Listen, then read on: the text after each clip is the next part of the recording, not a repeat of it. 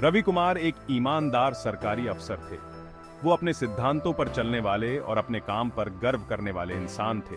उन्हें लोकतंत्र की ताकत पर पूरा भरोसा था। वोट देने का अधिकार उनके लिए बहुत पवित्र था। यह एक स्वतंत्र और निष्पक्ष समाज की नींव थी। चुनाव का समय नजदीक आ रहा था।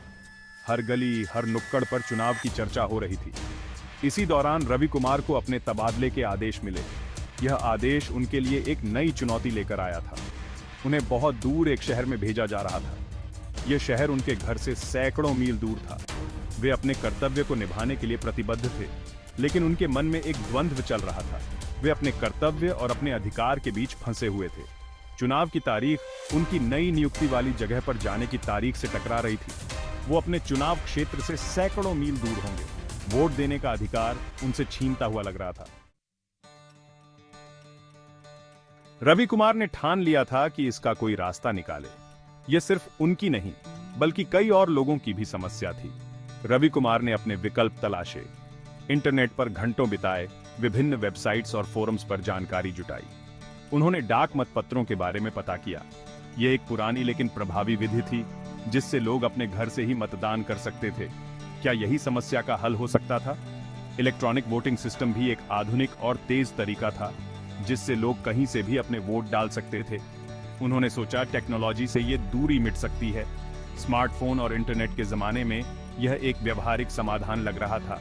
उन्होंने इन वैकल्पिक मतदान विधियों के लिए अर्जियां डाली, सरकारी अधिकारियों से मिलकर अपनी बात रखी और उन्हें इस दिशा में कदम उठाने के लिए प्रेरित किया। वे चाहते थे कि हर सरकारी कर्मचारी को अपना वोट देने का अधिकार मिले।